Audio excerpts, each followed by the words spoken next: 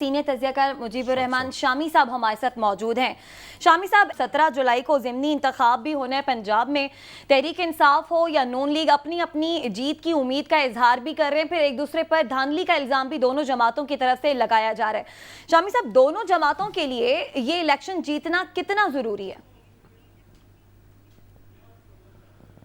देखिए, ये जो इलेक्शन है, ये इमरान खान साहब तो धांधली का इल्ज़ाम लगा रहे हैं और ऐलान कह रहे हैं, तहरीक इंसाफ के लोग भी कह रहे हैं, रहनुमा भी कह रहे हैं, लेकिन मैंने ये बात नहीं देखी कि मुस्लिम लीग नून की तरफ से भी ये कहा गया हो कि कोई धांधली की जा रही है।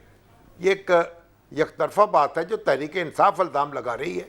इलेक्शन कमीशन पर भी उसको गुस्सा है, इंतज़ामिया पर भी गुस्सा है और ज़ाहिर है हमजा शहबाज पर भी गुस्सा है। ये इलेक्शन जो है, क्योंकि इसने फैसला करना है कि पंजाब में किसकी हुकूमत कायम होगी। क्या हमजा शहबाज कंटिन्यू कर सकेंगे या चौधरी परवेज़ इलाही एक पीटीआई के और मुस्लिम लीग काफ के मुश्तरका उम्मीदवार के तौर पर वजारत आला का मनसब संभालेंगे जी। ये जो इलेक्शन, जो ज़िमनी इलेक्शन है, उसमें अक्सरियत की हमायत जिसको हासिल होगी उसके पास लाहौर का तख्त आएगा और ताज उसके सर पे सजाया जाएगा। और अगर लाहौर में मुस्लिम लीग नून की हुकूमत ख़त्म होती है तो उसके असरात मरकज़ पर भी पड़ेंगे और वहाँ भी मामलात जो हैं उनको संभालना मुश्किल हो जाएगा। तो इन इंतखाबात की बड़ी बुनियादी अहमियत है दोनों जमातों के लिए, इसलिए वो पूरी ताकत के साथ और पूरे जोश व खरोश के साथ जो इस हुकूमत में ये जो हुकूमत और अपोजिशन के दरमियान यानी पीटीआई और हुकूमती इत्तेहाद के दरमियान एक जो तनाव की कैफियत है, क्या इस इलेक्शन के बाद वो तनाव ख़त्म हो पाएगा? हबीब साहब, माशाल्लाह, आप ख़ुद बहुत बड़े तज्जिया निगार हैं, तज्जिया कार हैं, आपकी आंखें ज़्यादा दूर तक देख सकती हैं। ये तनाव कैसे ख़त्म होगा? ये तो दर्द सर ऐसा है कि सर जाए तो जाए।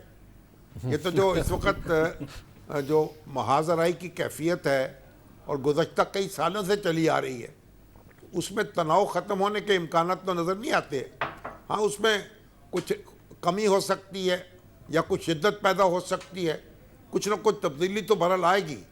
और अभी आप ये फरमा रहे थे, मैं आपकी बात सुन रहा था, आप कह रहे थे कि ये जो मौजूदा हुकूमत है इसकी लिजिटिमेसी का सवाल है।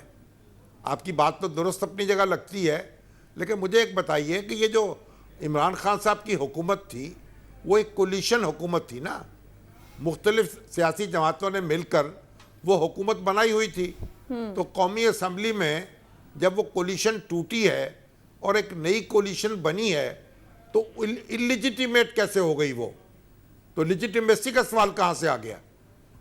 वही असम्बली है, वही मुंतखब होने वाले लोग हैं, उन्होंने अपने रवैयों को बदल लिया, अपने हलीफों को बदल लिया और नई हुकूमत वजूद में आ गई।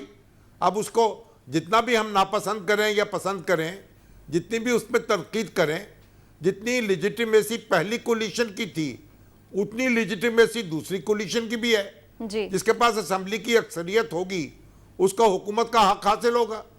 तो बहरहाल अगर ये फरीकैन हैं, अब दोनों हकीकत हैं, एक पीटीआई भी एक जिंदा हकीकत है, मुस्लिम लीग नून भी एक हकीकत है, उसके इत्तेहादी भी, उनका भी वोट बैंक है। तो अगर ये एक दूसरे को तस्लीम नहीं करेंगे, एक दूसरे को जीने का हक नहीं देंगे, तो फिर जमहूरियत नाम का जो जानवर है उसको हम उससे कैसे लुत्फानंदोज हो सकेंगे या कैसे उसकी ज़ियारत कर सकेंगे? तो ये तो एक बुनियादी बात है। किसी के पास वीटो नहीं है, कोई शख्स दावा नहीं कर सकता कि वो अवाम की 100% हमायत उसको हासिल है, ना किसी जमहूरियत में ऐसा होता है। अभी आप देखिए बरतानिया में क्या हुआ है, बोरिस जॉनसन की पार्टी जो है उसके अपने लोगों ने बगावत कर दी उनके खिलाफ, हालांकि उनको जो पहली तहरीक अदम एतमाद का सामना करना पड़ा था अपनी पार्टी में, उसमें वो जीत गए थे, पार्टी की अक्सरियत उनके साथ थी, लेकिन फिर भी वजीरों ने इस्तीफे देने शुरू कर दिए। अब उनको लेने के देने पड़ गए। अब वो इख्तिदार छोड़ेंगे और उनकी जगह नया शख्स जो आ जाएगा। तो पार्लिमानी जमहूरियत में जिसके पास मेजॉरिटी होती है जी, वही हुकूमत करता है, दूसरा हुकूमत कर नहीं सकता। और जमहूरियत को चलने के लिए आप साहब कह रहे हैं साहब कि बड़ा सबको मुस्कुरा के साथ सब सवाल भी करना चाह रहे हैं शामी शामी साहब, साहब। गुजारिश ये है कि बात तो आपकी ठीक है, आइन के अंदर तो इसी तरह है कि जिसके पास भी मेजॉरिटी हो वो अपनी मेंबरान को इकट्ठा करके हुकूमत बनाए। लेकिन जो बात हबीब साहब कर रहे थे वो थोड़ी सी कानूनी कम और सियासी ज्यादा थी कि एक पॉलिटिकल लेजिटिमेसी चाहिए किसी भी हुकूमत को काम करने के लिए, मुश्किल फैसले करने के लिए, अवाम में उसकी मकबूलियत होने के लिए। जिस तरह हमने एहसन इकबाल साहब वगैरह वाली बात हमने देखी, अवाम में एक एक्सेप्टेबिलिटी होने के लिए एक मॉरल अथॉरिटी भी होनी चाहिए कि आपने हुकूमत अवाम से मैंडेट लेके बनाई है। ये नहीं कि एक पार्टी के पास बहुत सारे वोट थे, फिर बाकी सब ने सोचा कि क्यों ना ये हमारा एहतसाब करने लगा है, तो क्यों ना इस एहतसाब से बचने के लिए ऐसे करते हैं कि हम सारे इकट्ठे हो जाते हैं, इसको हुकूमत से निकालते हैं और एहतसाब का कानून खत्म कर देते हैं।